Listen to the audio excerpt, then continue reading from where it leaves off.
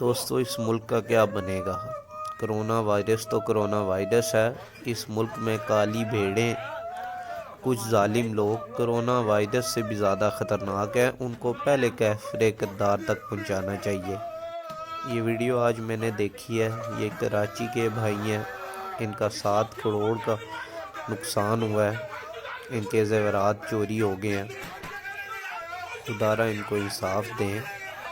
نبی پاک صلی اللہ علیہ وسلم نے فرمایا ہم مسلمان ایک جسم اور ایک جان ہے، جیسے جسم کے کسی بھی حصے کو تکلیف ہوتی ہے تو درد سارے جسم کو محسوس ہوتا ہے، اسی طرح کسی بھی مسلمان کو کوئی دکھ درد تکلیف ہو تو ہم ساروں کو اس کی تکلیف محسوس کرنی چاہیے۔